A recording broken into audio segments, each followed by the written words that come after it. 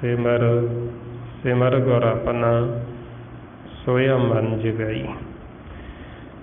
ਕਿ ਸਿਮਰਨ ਅਭਿਆਸ ਕਰਕੇ ਸੁੱਤੇ ਹੋਏ ਮਨ ਨੂੰ ਜਗਾਓ। ਹੁਣ ਆਪਣਾ ਜਿਹੜਾ ਮਨ ਹੈ ਸੌਂਦਾ ਕਿਵੇਂ? ਉੱਦਾਂ ਇਹ ਸੌਣ ਵਾਲੀ ਕੋਈ ਚੀਜ਼ ਨਹੀਂ, ਜੋਤ ਸਰੂਪ ਪ੍ਰਕਾਸ਼ ਰੂਪ ਆਪਾਂ ਮਨ ਜਿਹੜਾ ਸੁੱਤਾ ਹੋਇਆ ਇਹਨੂੰ ਉਦੋਂ ਕਹਿੰਦੇ ਗੁਰਮਤਿ ਦੇ ਵਿੱਚ ਜਦੋਂ ਇਹ ਵਿਚਾਰਾਂ 'ਚ ਚਲਾ ਜਾਂਦਾ, ਫੁਰਨਿਆਂ ਦੇ ਵਿੱਚ, ਉਦੋਂ ਕਹਿੰਦੇ ਵੀ ਵਿਚਾਰਾਂ ਦੇ ਵਿੱਚ ਚਲਾ ਗਿਆ, ਭਰਮ ਦੇ ਵਿੱਚ ਚਲਾ ਗਿਆ ਅਤੇ ਭਰਮ ਦੇ ਵਿੱਚ ਜਾ ਕੇ ਸੌਂ ਗਏ। ਜਿਸ ਵਰਤਾਏ ਆਪਾਂ ਨੂੰ ਸਤਿਗੁਰੂ ਰੋਜ਼ ਸਮਝਾਉਂਦੇ ਵੀ ਇਹ ਭਰਮ ਦੇ ਵਿੱਚ ਹੀ ਸਾਡੇ ਜਿਹੜੇ ਮਨ ਨੇ ਤ੍ਰੈ ਗੁਣਾਂ ਦੇ ਵਿੱਚ ਇਹ ਸੁੱਤੇ ਭਰਮਾਉਂਦੇ ਨੇ। ਤਿਹੀ ਗੁਣੀ ਸੰਸਾਰ ਭਰਮ ਸੁੱਤਾ ਸੁੱਤਿਆਂ ਲੈਣਵੇ ਹਨ। ਕਿ ਵਿਚਾਰਾਂ ਦੇ ਵਿੱਚ ਜਿਹੜਾ ਮਨ ਹੈ ਉਹ ਸੁੱਤਾ ਹੋਇਆ, ਚਾਹੇ ਉਹ ਵਿਚਾਰ ਆਪਣੇ ਰਜੋਗੁਣੀ ਨੇ ਜਿਹਦੇ ਵਿੱਚ ਆਸ਼ਾ ਵਿਲਾਸ਼ਾ ਤ੍ਰਿਸ਼ਨਾਵਾਂ ਚੱਲਦੀਆਂ ਨੇ, ਚਾਹੇ ਸਾਡੇ ਵਿਚਾਰ ਤਮੋ ਗੁਣੀ ਨੇ ਜਿਹਦੇ ਵਿੱਚ ਕਾਮ ਕ੍ਰੋਧ ਲੋਭ ਮੋਹ ਹੰਕਾਰ ਨਿੰਦਿਆ ਚੁਗਲੀ ਈਰਖਾ ਵੈਰ ਵਿਰੋਧ ਹੈ, ਚਾਹੇ ਸਾਡੇ ਜਿਹੜੇ ਵਿਚਾਰ ਉਹ ਸਤੋ ਗੁਣੀ ਨੇ।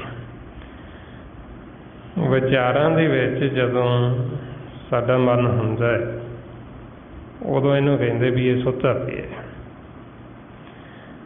ਸੋ ਆਪਾਂ ਨੂੰ ਫਿਰ ਸਮਝਾਉਂਦੇ ਬਈ ਮਨ ਨੂੰ ਵਿਚਾਰਾਂ ਤੋਂ ਰਹਿਤ ਕਰਨ ਵਾਸਤੇ, ਜਗਾਉਣ ਵਾਸਤੇ ਫਿਰ ਇਹ ਸਿਮਰਨ ਅਭਿਆਸ ਹੈ। ਹੁਣ ਜਿਉਂ-ਜਿਉਂ ਆਪਾਂ ਇਹ ਸਿਮਰਨ ਕਰਦੇ ਹਾਂ ਸਾਡਾ ਮਨ ਥੋੜ੍ਹਾ ਥੋੜ੍ਹਾ ਜਾਗਤ ਅਵਸਥਾ 'ਚ ਆਉਂਦਾ, ਫਿਰ ਆਪਾਂ ਨੂੰ ਸਮਝ ਲੱਗਦੀ ਹੈ ਗੁਰਬਾਣੀ ਗੁਰੂ ਦੀ ਕਿ ਸਾਨੂੰ ਕੀ ਕਹਿ ਰਹੇ ਨੇ, ਕੀ ਸਾਨੂੰ ਉਪਦੇਸ਼ ਦੇ ਰਹੇ, ਕੀ ਸਾਨੂੰ ਸਮਝਾਉਣਾ ਚਾਹੁੰਦੇ ਨੇ। ਜੇ ਹੁਣ ਸਾਡਾ ਮਨ ਬਿਲਕੁਲ ਵੀ ਨਹੀਂ ਜਾਗਦਾ, ਪੂਰਾ ਵਿਚਾਰਾਂ 'ਚ, ਫਿਰ ਤਾਂ ਇਹ ਪੂਰਾ ਹੀ ਸੁੱਤਾ ਪਿਆ ਹੈ, ਫਿਰ ਨਹੀਂ ਇਹਨੂੰ ਸਮਝ ਲੱਗਦੀ ਹੈ ਵੀ ਕੀ ਮੈਨੂੰ ਕਹਿ ਰਹੇ ਨੇ, ਕੀ ਸਮਝਾ ਰਹੇ ਨੇ। ਜਿਹਨੂੰ ਸੁਣਾਇਆ ਜਾ ਰਿਹਾ, ਜਿਹਨੂੰ ਉਪਦੇਸ਼ ਦਿੱਤਾ ਜਾ ਰਿਹਾ ਉਹ ਤਾਂ ਸੁੱਤਾ ਪਿਆ। ਜਿਵੇਂ ਹੁਣ ਆਪਾਂ ਰਾਤ ਨੂੰ ਸੌਂ ਜਾਂਦੇ ਹਾਂ, ਸੁੱਤਾ ਹੋਇਆ ਜੀਅ ਹੋਵੇ, ਸੁੱਤੇ ਨੂੰ ਜੋ ਮਰਜ਼ੀ ਕਹਾਣੀ ਸੁਣਾਈ ਚੱਲੋ, ਜੋ ਮਰਜ਼ੀ ਸੁੱਤੇ ਨੂੰ ਸੁਣਾਈ ਚੱਲੋ, ਉਹਨੂੰ ਸਮਝ ਨਹੀਂ ਲੱਗਣੀ ਜਦ ਤੱਕ ਉਹ ਮਨ ਹੈ ਜਿਹੜਾ ਉਹ ਜਾਗਦਾ ਨਹੀਂ ਹੈ। ਇਸ ਵਾਸਤੇ ਫਿਰ ਆਪਾਂ ਨੂੰ ਸਮਝਾਉਂਦੇ ਬਈ ਪਹਿਲਾਂ ਜਿਹੜਾ ਸਾਡਾ ਮਨ ਹੈ ਸੁੱਤਾ, ਇਹਨੂੰ ਜਾਗਤ ਅਵਸਥਾ 'ਚ ਲੈ ਕੇ ਆਓ ਤਾਂ ਕਿ ਸਾਨੂੰ ਸਮਝ ਲੱਗੇ ਇਸ ਅਕਥ ਕਹਾਣੀ ਦੀ। ਜਿਵੇਂ ਆਪਾਂ ਦੇਖਦੇ ਅੱਗੇ ਵੀ ਬਈ ਸੰਸਾਰ ਦੇ ਵਿੱਚ ਕਹਾਣੀਆਂ ਸੁਣਾਈ ਜਾਂਦੀਆਂ, ਬਾਤਾਂ ਸੁਣਾਈਆਂ ਜਾਂਦੀਆਂ ਕਿ ਰਾਤ ਨੂੰ ਪਾਉਂਦੇ। ਹੁਣ ਜਦੋਂ ਬਜ਼ੁਰਗ ਪੁਰਾਣੇ ਕੋਈ ਕਹਾਣੀ ਜਾਂ ਬਾਤ ਸੁਣਾਉਂਦੇ ਤੇ ਉਹ ਪਹਿਲਾਂ ਪੁੱਛ ਲੈਂਦੇ ਬਈ ਤੁਹਾਨੂੰ ਹੱਡ ਬੀਤੀ ਸੁਣਾਈਏ ਕਿ ਜਾਂ ਜੱਗ ਬੀਤੀ ਸੁਣਾਈਏ। ਹੱਡ ਬੀਤੀ ਹੁੰਦੀ ਵੀ ਜਿਹੜੀ ਆਪਦੇ ਨਾਲ ਬੀਤੀ ਹੋਵੇ, ਅਤੇ ਜੱਗ ਬੀਤੀ ਹੁੰਦੀ ਵੀ ਜਿਹੜੀ ਸੰਸਾਰ ਦੇ ਵਿੱਚ ਜੀਵਾਂ ਨਾਲ ਬੀਤੀ ਹੋਵੇ ਅਤੇ ਆਪਦੀਆਂ ਅੱਖਾਂ ਦੁਆਰਾ ਹੁੰਦੀ ਹੋਈ ਦੇਖੀ ਹੋਵੇ। ਹੁਣ ਗੁਰਬਾਣੀ ਗੁਰੂ ਦੇ ਵਿੱਚ ਇਹ ਦੋਵੇਂ ਹੀ ਮੌਜੂਦ ਨੇ, ਹੱਡ ਬੀਤੀ ਵੀ ਹੈ ਅਤੇ ਜੱਗ ਬੀਤੀ ਵੀ ਹੈ। ਭਗਤ ਜਨਾਂ ਨੇ ਆਪਣੇ ਜੀਵਨ ਦਾ ਜਿਹੜਾ ਉਹਨਾਂ ਦਾ ਅਨੁਭਵ ਉਹ ਆਪਾਂ ਨੂੰ ਦੱਸਿਆ, ਹੱਡ ਬੀਤੀ ਜੋ ਉਹਨਾਂ ਦੇ ਨਾਲ ਬੀਤੀ।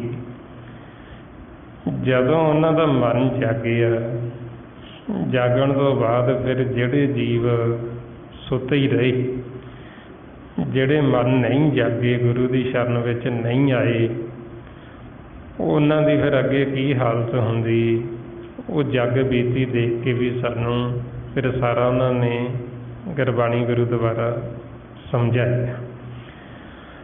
ਹੁਣ ਇਹਦੀ ਸਮਝ ਸਾਨੂੰ ਹੱਡ ਬੀਤੀ ਦੀ ਵੀ ਤੇ ਜਗ ਬੀਤੀ ਦੀ ਵੀ।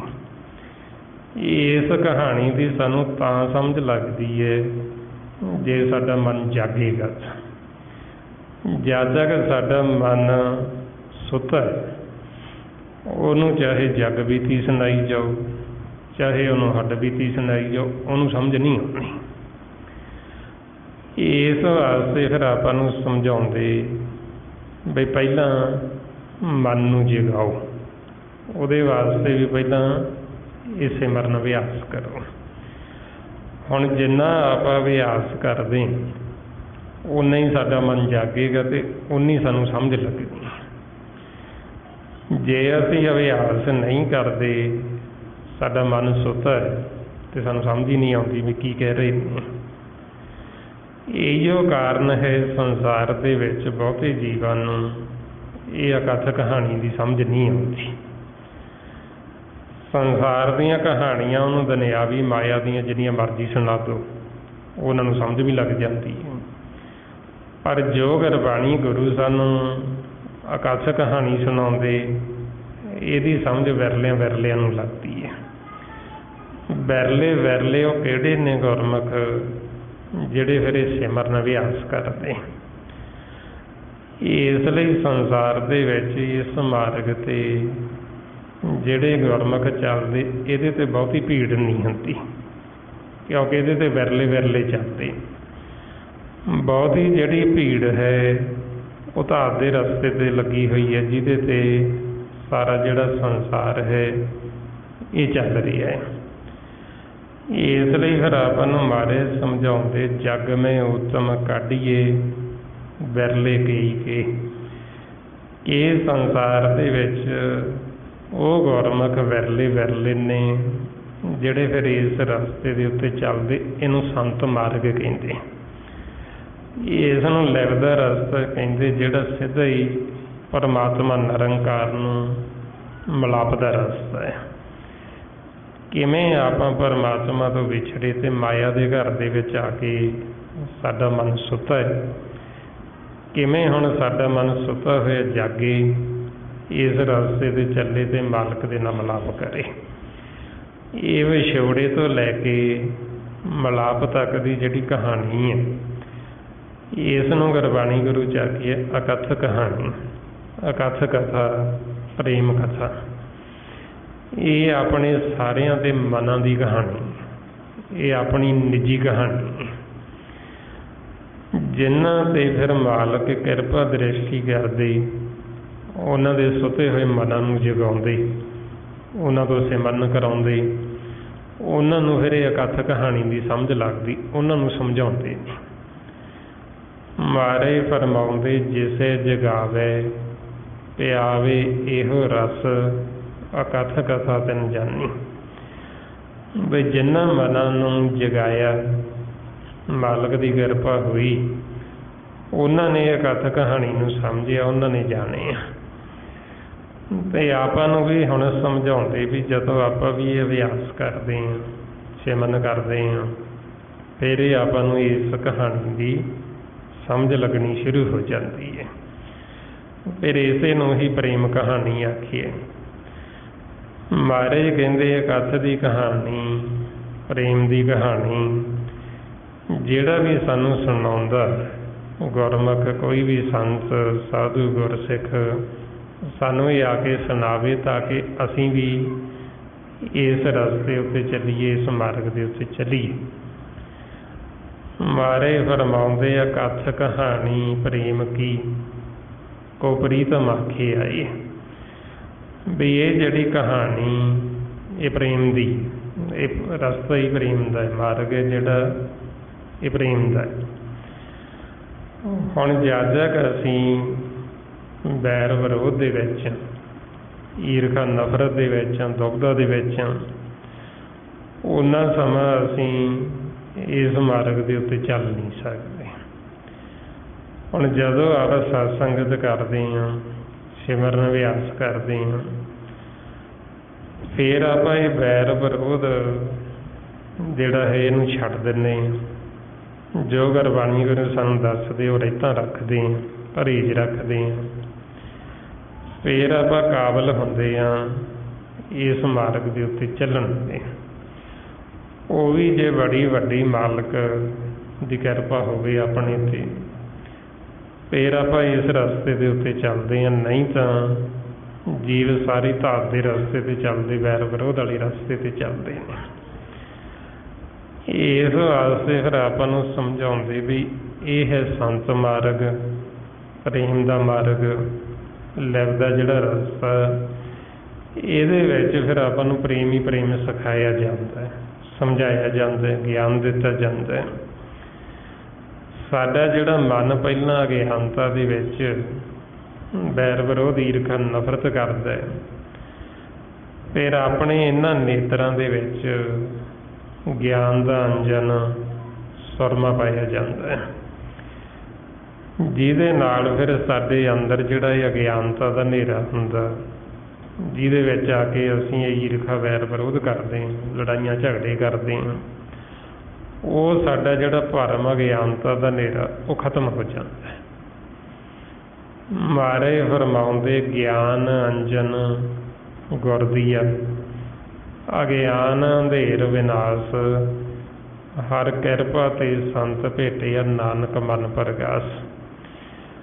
ਬਈ ਆਪਣੇ ਮਨ ਦੇ ਵਿੱਚ, ਹਿਰਦੇ 'ਚ ਫਿਰ ਗਿਆਨ ਦਾ ਚਾਨਣ ਹੋ ਜਾਂਦਾ, ਪ੍ਰਕਾਸ਼ ਹੋ ਜਾਂਦਾ। ਸਾਡੇ ਇਹਨਾਂ ਨੇਤਰਾਂ ਦੇ ਵਿੱਚ ਗੁਰੂ, ਸੰਤ, ਸਾਧੂ ਜਨ ਫਿਰ ਉਹ ਗਿਆਨ ਦਾ ਸੁਰਮਾ ਪਾਉਂਦੇ ਨੇ। ਜਦੋਂ ਗਿਆਨ ਦਾ ਸੁਰਮਾ ਆਪਣੇ ਨੇਤਰਾਂ 'ਚ ਪੈਂਦਾ, ਫਿਰ ਆਪਾਂ ਨੂੰ ਅੱਗੇ ਦਿਸਣਾ ਸ਼ੁਰੂ ਹੁੰਦਾ। ਜਿਵੇਂ ਆਪਾਂ ਦੇਖਦੇ ਸੰਸਾਰ ਦੇ ਵਿੱਚ ਵੀ ਕਈਆਂ ਦੀ ਨਿਗਾਹ ਕਮਜ਼ੋਰ ਹੋ ਜਾਂਦੀ ਹੈ। ਫਿਰ ਨਿਗਾਹ ਕਮਜ਼ੋਰ ਤੋਂ, ਜਿਵੇਂ ਹੁਣ ਤਾਂ ਚਲੋ ਡਾਕਟਰ ਨੇ ਦਵਾਈਆਂ ਦਿੰਦੇ, ਅੱਗੇ ਪੁਰਾਣੇ ਸਮਿਆਂ 'ਚ ਜੋਗੀ ਹੁੰਦੇ ਸੀ, ਜਿਵੇਂ ਹੁਣ ਵੀ ਆਉਂਦੇ ਨੇ, ਉਹਨਾਂ ਦੇ ਕੋਲ ਸੁਰਮਾ ਹੁੰਦਾ, ਸਿਲਾਈ, ਉਹ ਅੱਖਾਂ 'ਚ ਪਾਉਂਦੇ ਅਤੇ ਉਹਦੇ ਨਾਲ ਨਿਗਾਹ ਬੜੀ ਤੇਜ਼ ਹੋ ਜਾਂਦੀ ਹੈ। ਇਸੇ ਤਰ੍ਹਾਂ ਹੀ ਫਿਰ ਗੁਰਮਤਿ ਦੇ ਵਿੱਚ ਜਿਹੜੇ ਗੁਰਮੁਖ ਨੇ ਉਹਨਾਂ ਨੂੰ ਜੋਗੀ ਆਖੀ। ਮਹਾਰਾਜ ਕਹਿੰਦੇ ਗੁਰਮੁਖ ਜੋਗੀ, ਵੀ ਅਸਲ ਜੋਗੀ ਜਿਹੜੇ ਉਹ ਗੁਰਮੁਖ ਨੇ, ਜਿਨ੍ਹਾਂ ਨੇ ਇਹ ਜਿਹੜੀ ਮਾਇਆ ਸਰਪਣੀ ਹੈ, ਇਹ ਸਰਪਣੀ ਨੂੰ ਵੱਸ 'ਚ ਕਰ ਲਿਆ, ਜਿਨ੍ਹਾਂ ਨੇ ਇਹ ਸਰਪਣੀ ਨੂੰ ਮਾਰ ਦਿੱਤਾ। ਜਿਵੇਂ ਉਹ ਜੋਗੀ ਜਿਹਦੇ ਕੋਲ ਸੱਪ ਹੁੰਦਾ, ਆਪਾਂ ਕਹਿੰਦੇ ਉਹ ਜੋਗੀ ਹੈ, ਵੀ ਉਹਨੇ ਸੱਪ ਦੇ ਦੰਦ ਖੱਟੇ ਕਰ ਦਿੱਤੇ, ਵੀ ਉਹ ਡੰਗ ਨਹੀਂ ਮਾਰ ਸਕਦਾ ਉਹਦੇ। ਇਸੇ ਤਰ੍ਹਾਂ ਹੀ ਫਿਰ ਜਿਹੜੇ ਗੁਰਮੁਖ ਜੋਗੀ, ਇਹ ਮਾਇਆ ਜਿਹੜੀ ਇਹ ਨਾਗਣੀ ਹੈ, ਇਹਨੂੰ ਸਰਪਣੀ ਦਾ ਨਾਮ ਦਿੱਤਾ, ਜਿਹੜੀ ਸਾਡੇ ਮਨਾਂ ਨੂੰ ਖਾ ਜਾਂਦੀ ਹੈ, ਡਸ ਜਾਂਦੀ ਹੈ, ਜਿਹਨੇ ਸਾਡੇ ਮਨਾਂ ਨੂੰ ਜ਼ਹਿਰ ਚੜਾਇਆ ਹੋਇਆ, ਜਿਸ ਨੂੰ ਮਹਾਰਾਜ ਕਹਿੰਦੇ ਮਾਇਆ ਭਿਅੰਗਮ ਸਰਪ ਹੈ, ਜਗ ਘੇਰਿਆ ਬਿਖ ਮਾਹੀ। ਬਈ ਇਹ ਜਿਹੜੀ ਸਰਪਣੀ ਹੈ ਮਾਇਆ, ਇਹ ਬਿਨਾਂ ਦੰਦਾਂ ਤੋਂ ਹੀ ਨਿਕਲ ਜਾਂਦੀ ਮਨਮੁਖਾਂ। ਜਿਹੜੇ ਤਾਂ ਮਨਮੁਖ ਨੇ, ਮਾਇਆ ਉਹਨਾਂ ਨੂੰ ਖਾ ਗਈ, ਅਤੇ ਜਿਹੜੇ ਗੁਰਮੁਖ ਸੀ, ਜਿਹੜੇ ਜੋਗੀ ਸੀ, ਉਹ ਇਹ ਮਾਇਆ ਤੋਂ ਉੱਪਰ ਉੱਠ ਜਾਂਦੇ, ਉਹਨਾਂ 'ਤੇ ਮਾਇਆ ਦਾ ਅਸਰ ਨਹੀਂ ਹੁੰਦਾ। ਮਹਾਰਾਜ ਸੱਚੇ ਪਾਤਸ਼ਾਹ ਕਹਿੰਦੇ ਮਾਇਆ ਹੋਈ ਨਾਗਣੀ, ਜਗਤ ਰਹੀ ਲਪਟਾਏ। ਬਈ ਇਹ ਮਾਇਆ ਜਿਹੜੀ ਇਹ ਨਾਗਣੀ ਹੈ, ਜਗਤ ਨੂੰ ਲਿਪਟੀ ਹੋਈ ਹੈ, ਸਾਰਿਆਂ ਦੇ ਮਨਾਂ ਨੂੰ ਲਿਪਟੀ ਹੋਈ ਹੈ। ਫਿਰ ਮਹਾਰਾਜ ਕਹਿੰਦੇ ਵੀ ਜਿਹੜੇ ਤਾਂ ਮਨਮੁਖ ਸੀ ਉਹਨਾਂ ਨੂੰ ਖਾ ਗਈ, ਅਤੇ ਜਿਹੜੇ ਗੁਰਮੁਖ ਜਿਨ੍ਹਾਂ ਨੇ ਸੱਚ ਅਤੇ ਨਾਮ ਦੇ ਨਾਲ ਚਿੱਤ ਲਾ ਲਿਆ, ਉਹ ਇਹ ਤੋਂ ਉੱਪਰ ਉੱਠ ਗਏ। ਇਸ ਲਈ ਫਰਮਾਉਂਦੇ ਮਾਇਆ ਮਮਤਾ ਮੋਹਣੀ, ਜਨ ਬਿਨ ਦੰਤਾਂ ਜਗ ਖਾਇਆ, ਮਨਮੁਖ ਖਾਧੇ ਗੁਰਮੁਖ ਉਭਰੇ, ਜਿਨੀ ਸੱਚ ਨਾਮ ਚਿੱਤ ਲਾਇਆ।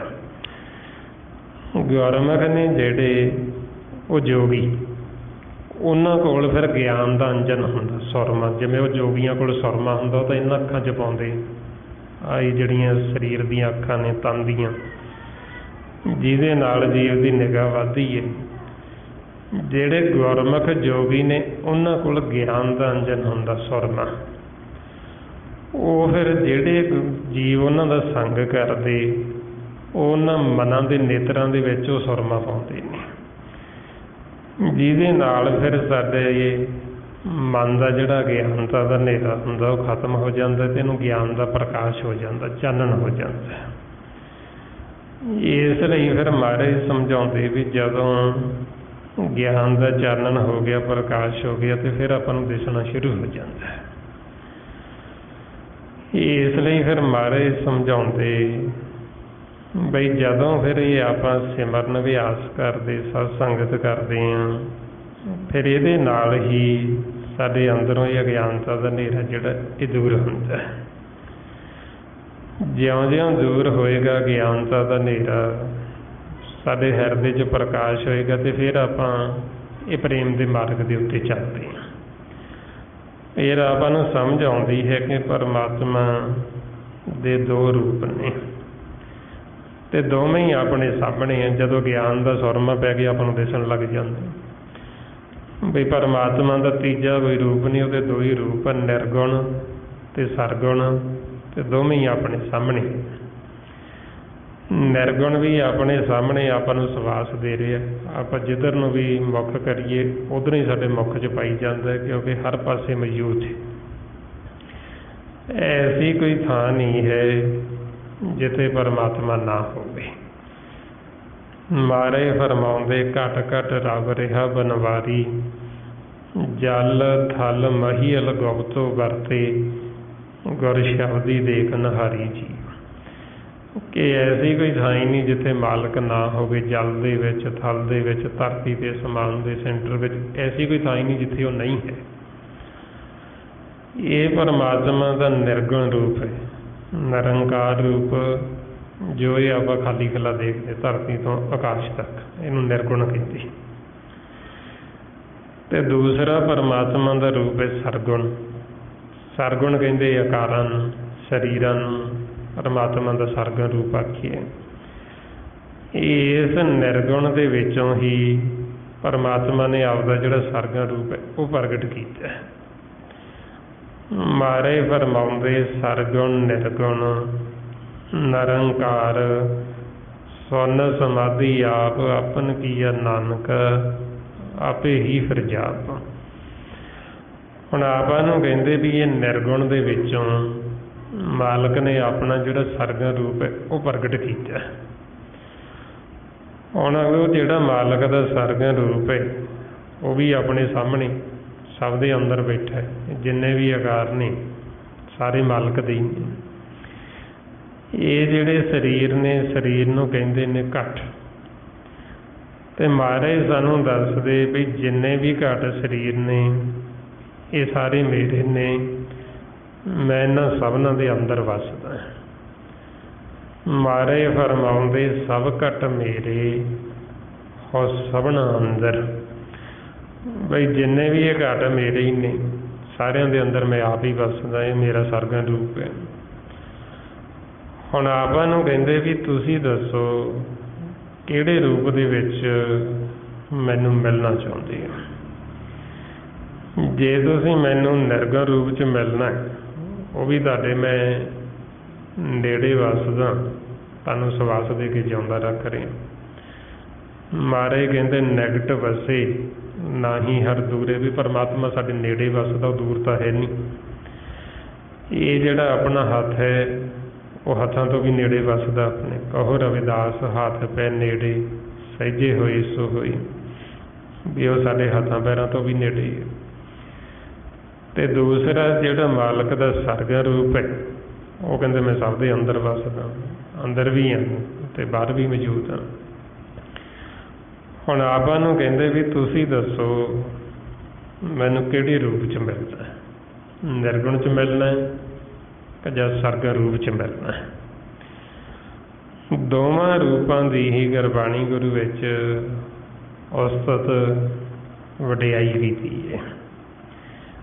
ਜਿਹੜਾ ਪਰਮਾਤਮਾ ਦਾ ਸਰਗੁਣ ਰੂਪ ਹੈ ਉਹਦੀ ਵੀ ਉਸਤਤ ਕਰਦੇ ਵੀ ਜਿਹੜਾ ਉਹਦਾ ਸਰਗੁਣ ਰੂਪ ਹੈ ਮਾਲਕ ਦਾ, ਵੀ ਉਹਦੇ ਜਿਹੜੇ ਬੋਲ ਬੜੇ ਮਿੱਠੇ ਪਿਆਰਾ ਹੀ ਬੋਲਦਾ ਹੈ। ਕਾਲੇ ਉਹਦੇ ਨੇਤਰ ਨੇ, ਲੰਮਾ ਉਹਦਾ ਨੱਕ ਹੈ। ਇਹ ਮਾਲਕ ਦਾ ਸਰਗੁਣ ਰੂਪ ਹੈ।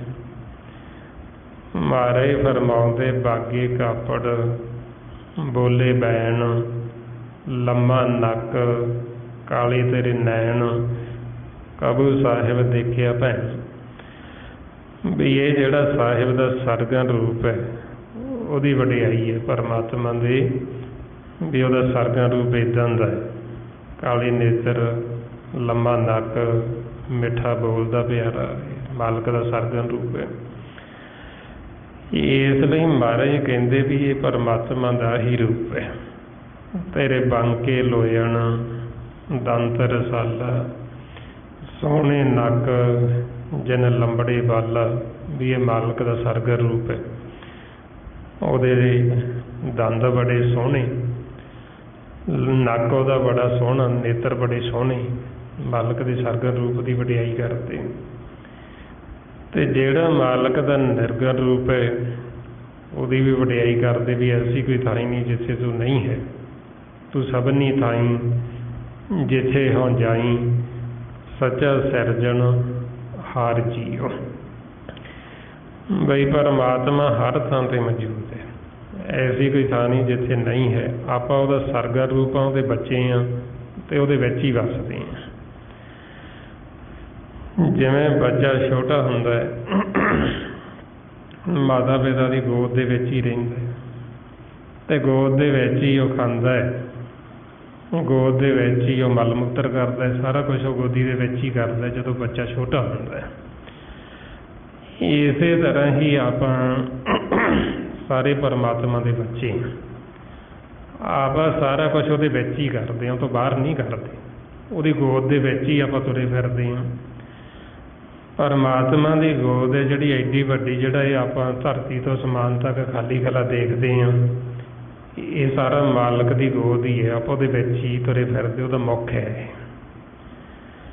ਇਸ ਵਾਸਤੇ ਉਹਦੇ ਗੋਦੀ ਦੇ ਵਿੱਚ ਹੀ ਆਪਾਂ ਚੱਲਦੇ ਹਾਂ, ਗੋਦੀ ਦੇ ਵਿੱਚ ਹੀ ਆਪਾਂ ਉਹਦੇ ਖਾਂਦੇ ਹਾਂ, ਗੋਦੀ 'ਚ ਹੀ ਬਹਿੰਦੇ ਹਾਂ, ਉਸ ਦੀ ਗੋਦ ਦੇ ਵਿੱਚ ਹੀ ਆਪਾਂ ਮਲ ਮੂਤਰ ਵੀ ਕਰੀ ਜਾਂਦੇ, ਉਹਦੇ ਉੱਤੇ ਹੀ ਆਪਾਂ ਥੁੱਕੀ ਵੀ ਜਾਂਦੇ ਹਾਂ। ਪਰ ਉਹ ਮਹਿਸੂਸ ਨਹੀਂ ਕਰਦਾ, ਕਿਉਂਕਿ ਉਹਨੂੰ ਪਤਾ ਹੈ ਵੀ ਮੇਰੇ ਬੱਚੇ, ਵੀ ਸਾਰਾ ਕੁਛ ਇਹਨਾਂ ਨੇ ਮੇਰੀ ਗੋਦ ਦੇ ਵਿੱਚ ਨੇ ਅਤੇ ਗੋਦ ਦੇ ਵਿੱਚ ਹੀ ਕਰਨਾ, ਇਹਨਾਂ ਨੇ ਹੋਰ ਬਾਹਰ ਕਿੱਥੇ ਜਾਣਾ ਹੈ। ਸੋ ਇਸ ਵਾਸਤੇ ਫਿਰ ਆਪਾਂ ਨੂੰ ਸਮਝਾਉਂਦੇ ਵੀ ਮਾਲਕ ਸਾਡੇ ਤੋਂ ਕੋਈ ਦੂਰ ਨਹੀਂ ਹੈ, ਉਹ ਸਾਡੇ ਅੰਦਰ ਵੀ ਹੈ ਅਤੇ ਬਾਹਰ ਵੀ ਚਾਰ ਚੁਫੇਰੇ ਉਹਨੇ ਆਪਾਂ ਨੂੰ ਘੇਰਿਆ ਹੋਇਆ ਹੈ। ਜਿਸ ਤਰ੍ਹਾਂ ਮੱਛੀ ਹੁੰਦੀ ਹੈ ਪਾਣੀ ਦੇ ਵਿੱਚ, ਹੁਣ ਮੱਛੀ ਤੋਂ ਪੁੱਛਿਆ ਜਾਵੇ ਵੀ ਪਾਣੀ ਤੇਰੇ ਕਿੰਨਾ ਕੁ ਦੂਰ ਹੈ, ਹੁਣ ਉਹਦੇ ਅੰਦਰ ਵੀ ਪਾਣੀ ਹੈ ਮੱਛੀ ਦੇ, ਅਤੇ ਬਾਹਰ ਵੀ ਚਾਰ ਚੁਫੇਰੇ ਪਾਣੀ ਹੈ, ਪਾਣੀ ਦੇ ਵਿੱਚ ਹੀ ਤਾਂ ਉਹ ਰਹਿ ਰਹੀ ਹੈ। ਇਸੇ ਤਰ੍ਹਾਂ ਹੀ ਆਪਾਂ ਮਾਲਕ ਦੇ ਵਿੱਚ ਹੀ ਰਹਿੰਦੇ ਹਾਂ। ਸਾਡੇ ਅੰਦਰ ਵੀ ਉਹਦੀ ਜੋਤ ਹੈ, ਪ੍ਰਕਾਸ਼ ਹੈ, ਅਤੇ ਬਾਹਰ ਵੀ ਚਾਰ ਚੁਫੇਰੇ ਆਪਣੇ ਉਹੀ ਹੋਏ, ਮਾਲਕ ਹੀ ਮਾਲਕ ਹੈ। ਪਰ ਇਹਦਾ ਭੇਦ ਸਾਨੂੰ ਉਦੋਂ ਆਉਂਦਾ ਹੈ ਜਦੋਂ ਸਾਡਾ ਮਨ ਜਾਗਤ ਅਵਸਥਾ 'ਚ ਆਉਂਦਾ ਹੈ। ਜਦ ਤੱਕ ਸਾਡਾ ਮਨ ਸੁੱਤਾ ਹੈ ਉਹਨਾਂ ਸਮਾਂ ਸਾਨੂੰ ਇਹਦਾ ਭੇਦ ਨਹੀਂ ਆਉਂਦਾ, ਸਾਨੂੰ ਸੋਝੀ ਨਹੀਂ ਆਉਂਦੀ ਹੈ। ਜਦ ਤੱਕ ਆਪਣੇ ਨੇਤਰਾਂ ਦੇ ਵਿੱਚ ਗਿਆਨ ਦਾ ਅੰਜਨ ਨਹੀਂ ਪੈਂਦਾ ਸੁਰਮਾ, ਉਹਨਾਂ ਸਮਾਂ ਸਾਨੂੰ ਇਹ ਦਿਸਦਾ ਨਹੀਂ ਹੈ। ਜਦੋਂ ਸਾਨੂੰ ਦਿਖਣਾ ਸ਼ੁਰੂ ਹੋ ਗਿਆ ਫਿਰ ਸਾਨੂੰ ਪਤਾ ਲੱਗਦਾ ਵੀ ਇਹਦਾ ਅਸੀਂ ਸਾਰਾ ਕੁਛ ਮਾਲਕ ਦੇ ਵਿੱਚ ਹੀ ਕਰੀ ਜਾ ਰਹੇ ਹਾਂ। ਇਸ ਵਾਸਤੇ ਫਿਰ ਆਪਾਂ ਨੂੰ ਸਮਝਾਉਂਦੇ ਵੀ ਮਾਲਕ ਸਾਨੂੰ ਹਰ ਸਮੇਂ ਦੇਖ ਰਿਹਾ ਹੈ। ਮਨ ਨੂੰ ਸਮਝਾਉਂਦੇ ਵੀ ਤੂੰ ਇਹ ਨਾ ਸਮਝ ਵੀ ਪਰਮਾਤਮਾ ਪਤਾ ਨਹੀਂ ਕਿੱਡੀ ਕੁ ਦੂਰ ਬੈਠਾ, ਜਾਂ ਉਹ ਸਾਨੂੰ ਦੇਖਦਾ ਇੱਕ ਜਾਂ ਨਹੀਂ ਦੇਖਦਾ, ਜਾਂ ਜੋ ਅਸੀਂ ਬੋਲਦੇ ਹਾਂ ਉਹ ਸਾਡੀ ਸੁਣਦਾ ਵੀ ਹੈ ਕਿ ਜਾਂ ਨਹੀਂ ਸੁਣਦਾ ਹੈ। ਜਿਵੇਂ ਕਈ ਜੀਵ ਕਹਿ ਦਿੰਦੇ ਮਾਲਕ ਵੀ ਨਹੀਂ ਸੁਣਦਾ ਜੀ, ਉਹ ਵੀ ਨਹੀਂ ਅਰਦਾਸ ਸੁਣਦਾ ਜੀ, ਪਤਾ ਨਹੀਂ ਕਿੱਡੀ ਕੁ ਦੂਰ ਚਲਾ ਗਿਆ ਰੱਬ। ਜੋ ਵੀ ਆਪਾਂ ਬੋਲਦੇ ਸਭ ਤੋਂ ਪਹਿਲਾਂ ਸਾਡੀ ਜਿਹੜੀ ਆਵਾਜ਼ ਉਹ ਮਾਲਕ ਹੀ ਸੁਣਦਾ, ਚਾਹੇ ਆਪਾਂ ਚੰਗਾ ਬੋਲੇ ਚਾਹੇ ਆਪਾਂ ਮੰਦਾ ਬੋਲੇ। ਸਭ ਤੋਂ ਪਹਿਲਾਂ ਜਿਹੜੀ ਆਵਾਜ਼ ਸਾਡੀ ਮਾਲਕ ਨੇ ਸੁਣਨੀ, ਪਰਮਾਤਮਾ ਨੇ, ਫਿਰ ਉਸ ਤੋਂ ਬਾਅਦ 'ਚੋਂ ਆਪਾਂ ਸਾਰੇ ਜੀਵ ਸੁਣਦੇ ਹਾਂ।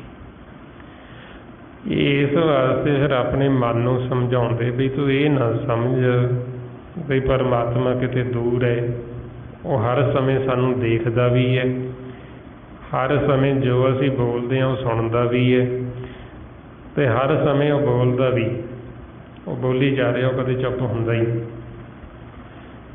महाराज फरमाउंदे है, मन मत जान हर दूर है, सदा वेख हदूर, सद सुनदा सद वेखदा, शब्द रिहा भरपूर। बई वो सदा ही आपां नूं देखदा, सदा ही अपनी सुनदा, ते वो सदा ही बोलदा है। अपने अंदर लगातार बोली जा रहे सब दे अंदर। इसलिए महाराज फरमाउंदे, ठाकर हमरा सद बुलंत, भी सदा ही बोलता है। परमात्मा जो मालक साडा साहिब, वो सदा ही बोल रहे हैं।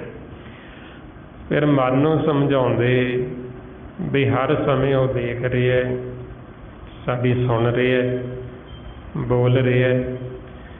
तो जदों फिर आपां नूं भेत आ जांदा, सोझी आ जाती, इस करके फिर गुरमुख ने जिहड़े वो किसी नूं फिक्का नहीं बोलते, वो माड़े वचन नहीं बोलते। क्यों नहीं बोलते? क्योंकि उन्होंने पता है भी परमात्मा देख रहा तो सुन रहा है। जे असी किसी नूं फिक्का बोलांगे तो साडा फिक्का बोलिया होया मालक नूं चंगा नहीं लगता।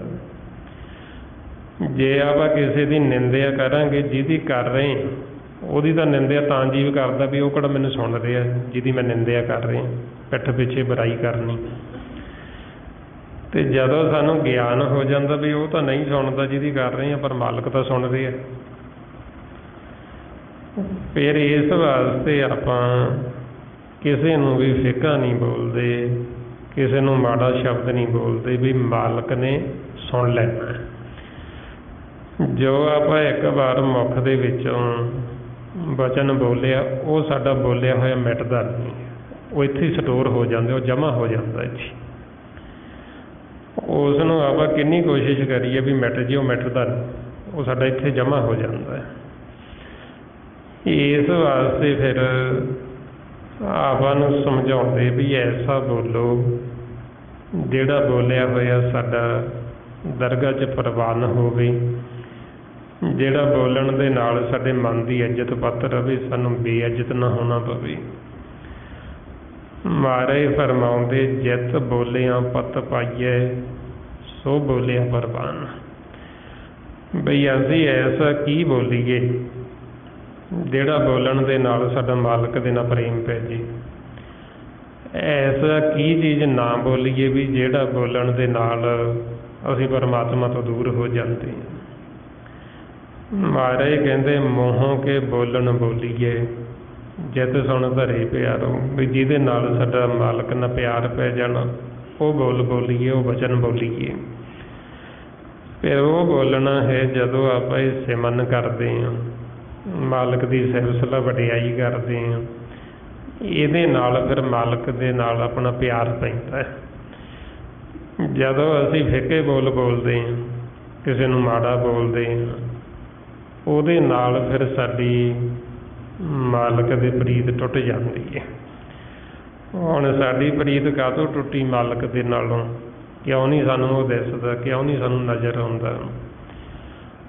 असीं दुविधा दे विच आके बुरे बोल बोले, फिक्का बोले, माड़ा बोले, दूसरिਆਂ दी निंदिया करनी शुरू की।